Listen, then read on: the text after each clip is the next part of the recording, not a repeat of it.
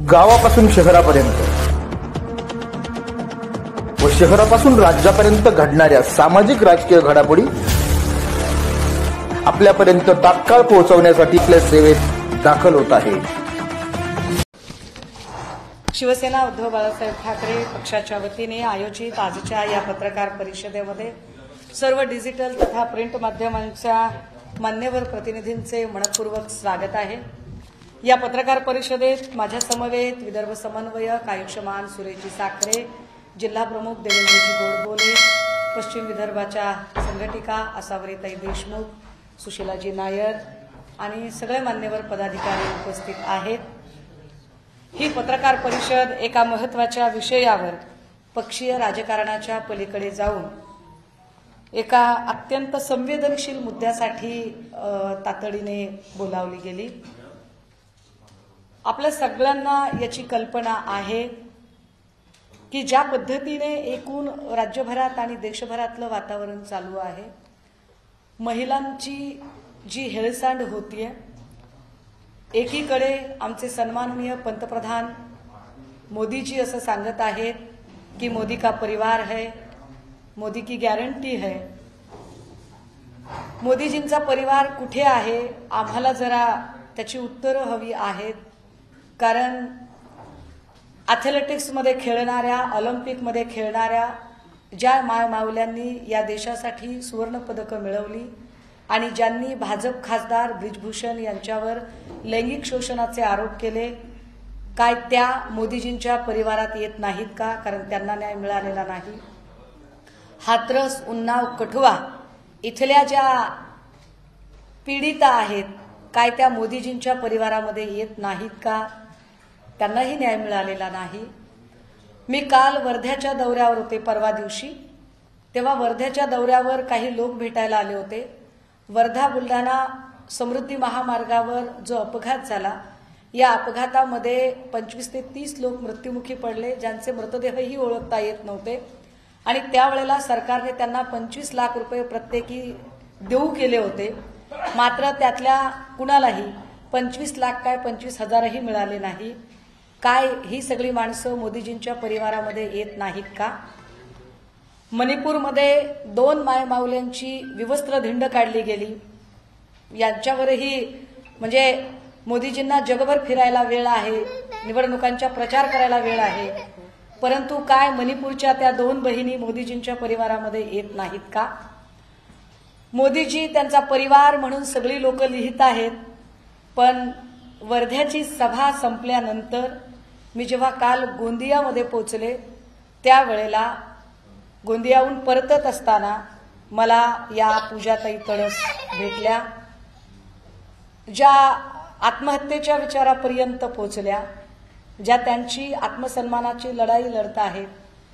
आपल्या सगळ्यांना याची कल्पना आहे की पूजा तळस यांचा आत्ताचे भाजपाचे उमेदवार खासदार रामदास तळस यांच्या मुलाशी विवाह झाला।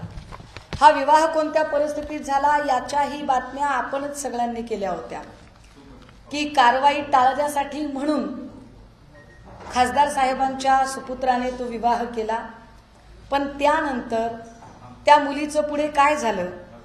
काय मोदीजींच्या उमेदवाराने मोदीजींचा परिवार, मोदीजींच्या खासदाराचा परिवार, तो परिवार सांभाळला का?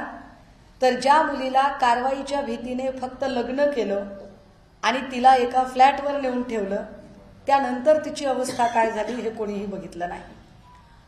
तो फ्लॅट नंतर विकून टाकला गेला। ज्यांना फ्लॅट मिळाला त्यांनी त्या मुलीला बाहेर काढलं, ती रस्त्यावर आली। तिचं बाळ छोटंसं सोबत आहे, ज्या बाळाला आत्ता दूध द्यायचं म्हटलं तर काय करायचं हा प्रश्न समोर आहे। हे खासदार रामदास तळस साहेबांचं मुलाच्या सोबत जे लग्न झालं त्याचं नगर वर्धा परिषदेतलं हे विवाह प्रमाणपत्र, लग्न करूनही जे आपला परिवार सोडून देतात, ते मोदी का परिवार हॅशटॅग लावतात, हे फार चमत्कारिक आहे, हे फार भयंकर आहे। खरं तर देवाभाऊंच्या या सगळ्या ज्युरिडिक्शनमध्ये अशा काही घटना घडाव्यात हे फार विशेष आहे. ज्या पद्धतीने घर विकलं गेलं, ज्या घरामध्ये मी तिला व्यवस्थित ठेवलं आहे, आम्ही त्या मुलीला न्याय दिला आहे, असं जे खासदार रामदास तडस सांगतात, ते घर परस्पर विकून तिला त्या घरातून बाहेर ओढून काढण्यापर्यंतची मजल या लोकांची जाते. जेव्हा ही मायमाऊली रामदास तडस यांना न्याय मागायला म्हणून त्यांच्या जनसंपर्क घरात सुद्धा नाही, जनसंपर्क कार्यालयामध्ये जाते, त्यावेळेला तिला तिथूनही प्रताडित करून बाहेर काढलं जातं. तिच्या गरोदरपणातही तिच्याकडे लक्ष दिलं जात नाही. तिचं बाळ जन्माला आल्यानंतर 2 महिने वाट बघून ती कल्पना देते की अहो मी बाळांत आहे, माझ्याकडे जरा लक्ष दिलं गेलं पाहिजे. या छायाचित्रात तिचे वडील आहेत. खासदार रामदास तडस यांनी ज्या पद्धतीने तिच्याशी वर्तणूक केली, तिच्या वडिलांच्या समोर तिच्या बाळाच्या बापाचे पुरावे मागितले, यावर त्या बोलतीलच. परंतु हे फार वाईट आहे, अपमानास्पद आहे. यामध्ये पूजा तडस यांचे वडील अगदी आत्ता या 2 महिन्यापूर्वी मृत्युमुखी पडले. मोदीचा परिवार म्हटला जातो आणि हा सगळा परिवार उद्ध्वस्त केला जातो. हा कसला मोदीचा परिवार आहे? ही सगळी माणसं. मला फार याच्यात काही बोलायचं नाही, परंतु ज्या एका चिमुरड्याला घेऊन ही मायमाऊली न्याय मागतेय, किमान या वेळेला तरी तिला न्याय मिळेल का? मी आपल्याशी बोलेलच, पण मी जरा पूजाताईंना विनंती करेल की त्यांनी काही भूमिका मांडावी. नमस्कार, मी सौ पूजा पंकज तडस, वर्धेचे खासदार रामदासजी तडस यांची सून. मागील काळामध्ये कशा प्रकारे लग्न झालं हे तुम्हा सगळ्यांनी बघितलं. कशा प्रकारे स्वतःच्या मुलाला बलात्काराच्या आरोपातून वाचवण्यासाठी फक्त माझ्याशी लग्न करून स्वतःला वाचवण्यासाठी हे सगळं केलं गेलं. मला एका फ्लॅटवर नेऊन टाकलं गेलं. तिथे ज्या पद्धतीने माझ्याशी मला वागणूक दिल्या गेली,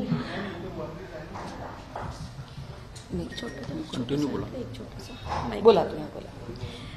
एक त्या फ्लॅटवर मला नेऊन टाकलं गेलं आणि ज्या फ्लॅटवर मी राहते त्या फ्लॅटवर फक्त मला उपभोगण्याची वस्तू म्हणून माझा वापर केला गेला. त्यातून या बाळाचा जन्म झाला आणि हे बाळ जन्माला आल्यानंतर हे बाळ कुणाचं आहे, या बाळाचा DNA कर म्हणत माझ्यावर घणाघाती आरोप लावले गेले. मी हे बाळ घेऊन, हे 17 महिन्याचं बाळ आहे माझं. एक खासदार माणूस, एक लोकप्रतिनिधी माणूस जेव्हा म्हणतो की बाई DNA कर, तर समाजातल्या मुलींनी कुठे जायचं? ज्या पद्धतीने माझ्याशी लग्न लावलं गेलं, ज्या पद्धतीने मला वागणूक दिल्या गेली, प्रत्येक वेळी माझ्यावर अपमानास्पद मला वागणूक दिल्या गेली, प्रत्येक वेळी माझ्यावर घणाघाती आरोप लावले गेले. इव्हन जेव्हा मी त्यांच्या घरी गेली तेव्हा लोखंडी रॉडनी मला मारण्यात आलं. त्या लोखंडी रॉडनी मारण्याचे पुरावे पण मी तुम्हा सगळ्यांना देणार. म्हणजे एका स्त्रीवर तुम्ही एवढे अत्याचार करता. आज हे माझं छोटंसं बाळ आहे, या बाळाला घेऊन मी दर भटकते. ज्या फ्लॅटवर मी राहिली तो फ्लॅट विकून आम्हाला बेघर सुद्धा करण्यात आलं. म्हणजे इतक्या खालच्या पातळीपर्यंत जाऊन एका छोट्या मुलीशी, एका तान्ह्या लेकराशी राजकारण घडते. तर मग माझ्यासारख्या स्त्रियांनी जायचं कुठे जायचं? खासदार तडस साहेब म्हणतात मी माझ्या मुलाला बेदखल केलं. बेदखल केलं तर तुम्ही तुमच्या मुलाला घरात का ठेवता आणि मला एकटीला घराबाहेर का काढता? माझ्यासाठी सगळं राजकारण करता. जर खासदार साहेब म्हणतात, त्यांचे लोकप्रतिनिधी म्हणतात की महिलांना 33% आरक्षण द्या, त्याच्यानंतर ते म्हणतात की वुमन एम्पॉवरमेंट, एवढ्या मोठ्या गोष्टी जेव्हा स्त्रियांसाठी करतात तर मला न्याय का नाही मिळत? मोदी साहेब म्हणतात की देशामध्ये माझा परिवार आहे, देश हा संपूर्ण माझा परिवार आहे. त्याच परिवारातली एक व्यक्ती म्हणजे खासदार रामदासजी तडस, त्यांच्या सभेसाठी 20 तारखेला मोदीजी वर्धेमध्ये येणार आहेत. मला त्यांना एकच विनंती करायची आहे, मी तुमच्या परिवारातली लेक पूजा तडस, मी तुम्हाला न्याय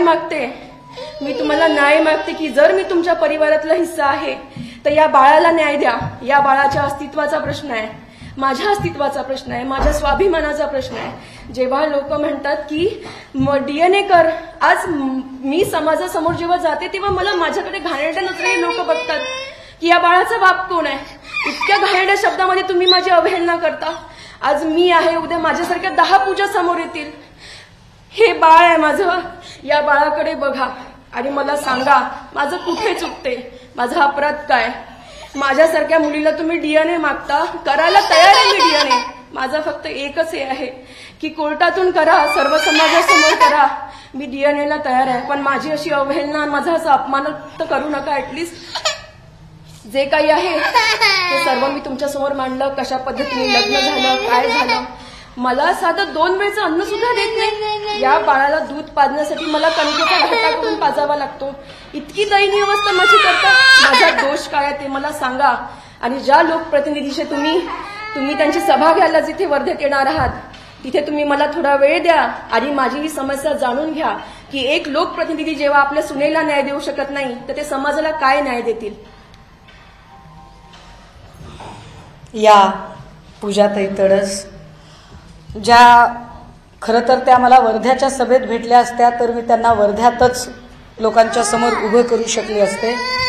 परंतु मी वर्ध्यातून बाहेर पडल्यानंतर मी काल गोंदियाच्या दौऱ्यावर असताना त्यांचा माझा संपर्क झाला आणि त्या मला असं विचारत होत्या की मोदीजींचा परिवार आहे, 20 तारखेला मोदीजी वर्ध्याला येणार आहे, तर त्यांच्या परिवारातल्या त्यांनी ज्यांना तिकीट दिलंय ते माझा परिवार उद्ध्वस्त करत आहे. तर मोदीजींनी आम्हाला 20 तारखेला वेळ द्यावा आणि वर्ध्यामध्ये येत असताना त्यांनी पूजा तडस या त्यांच्या लेकीला सुद्धा न्याय द्यावा, एवढी माझी ताई मदत करा, यासाठी म्हणून ही मायमाऊली काल संपर्कात आलेली होती. मला असं वाटलं की मी आपल्या सगळ्यांच्या समोर या एका महाराष्ट्राच्या लेकीची व्यथा मांडली पाहिजे. खरं तर भाजपमधल्या अशा असंख्य किस्से बाहेर येतील. रिंकी बक्सला आजही न्याय मागते. राहुल शेवाळेंनी काय पद्धतीने तिच्यावर केसेस टाकून तिला जायबंदी केलंय हे वेगळं सांगायला नको. सोलापूरचे जिल्हाध्यक्ष श्रीकांत देशमुख यांच्या विरोधात निर्मला यादव रोज न्याय मागते. अशा अनगिनत कहाण्या, अनगिनत विराण्या आहेत. आमची विनंती असेल मोदीजींना की एकीकडे प्रभू श्रीरामाचे आपण वारसदार, अनुयायी वगैरे म्हणवताय, तर प्रभू श्रीरामांचा एकवचनी एक पत्नी बाणा, प्रभू श्रीरामांचे विचार आम्ही स्वीकारलेत असं म्हणणाऱ्या भाजपमधल्या लोकांना त्यांनी शिकवायला हवेत. कारण एकवचनी एक पत्नी एवढा संस्कार जरी शिकवला तरी अनेक मायमाऊल्यांचे संसार वाचतील.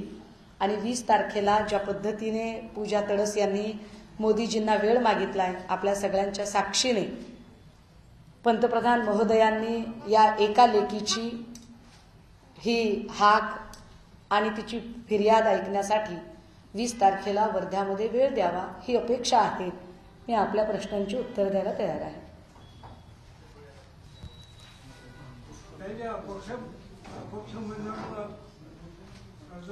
हा, तुम्ही उमेदवारी अर्ज दाखल केला.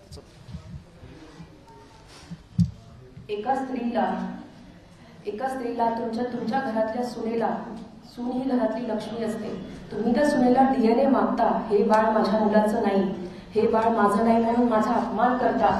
मला लोकांपर्यंत, मी लोक न्यायालयामध्ये न्याय मागण्यासाठी मी उमेदवारी अर्ज दाखल केला.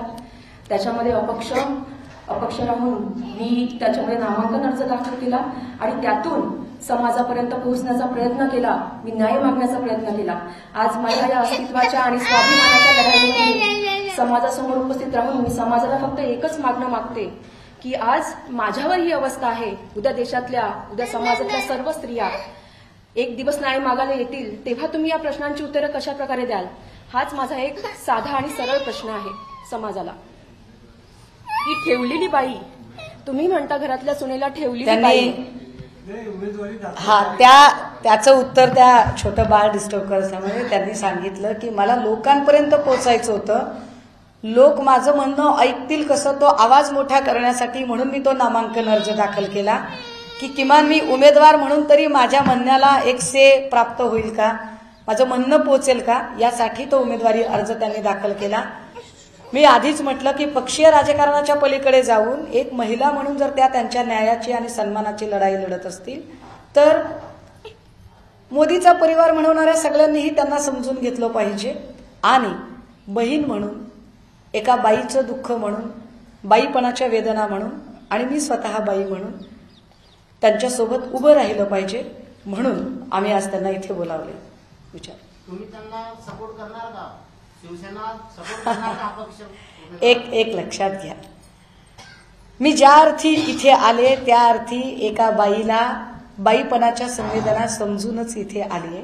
मी अगदी पत्रकार परिषद सुरू करताना पहिल्या वाक्यात बोलले की इथे पक्षीय राजकारणाच्या पलीकडे जाऊन फक्त एक परिवार उद्ध्वस्त होत आहे.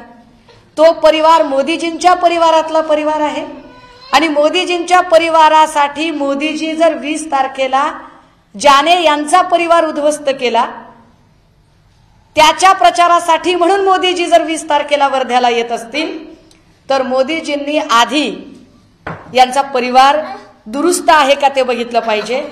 ज्या रामदास तडस साहेबांच्या प्रचारासाठी ते येणार आहेत, मुळात रामदास तडस साहेबांनी आपल्या परिवाराला न्याय दिला आहे का हे त्यांनी समजून घ्यावे. मग मोदी का परिवार हे वाक्य फार मोठं करत त्यांनी त्यांची भाषणबाजी करावी, इतकी साधी अपेक्षा आहे. राजकीय प्रश्न विचारतो. आता शिवसेनेत फूट पडल्यानंतर पहिल्यांदा ठाकरे गट या निवडणुकीला सामोरं जातात. या निवडणुकीत काय परिणाम तुम्हाला पाहायला मिळेल? म्हणजे ठाकरे गट वेगळा असल्याचा महायुतीला महाविकास आघाडीला फायदा होईल किंवा कशा दृष्टीने पाहतो? पहिलं तर मी आपल्याला हे सांगितलं पाहिजे की कृपया गट म्हणू नका, कारण हम किसी कागज के मोहताज नहीं है की इलेक्शन कमिशन किंवा कुणीतरी एक कागद दाखवेल आणि आम्ही त्याला गट समजू. आम्ही गट असतो ना तर आम्ही 4 जागा 8 जागांवरती समाधान मानलं असतं. आम्ही डुप्लिकेट असतो ना तर आम्हीही दिल्लीला जाऊन मुजरे आणि हुजरे केले असते.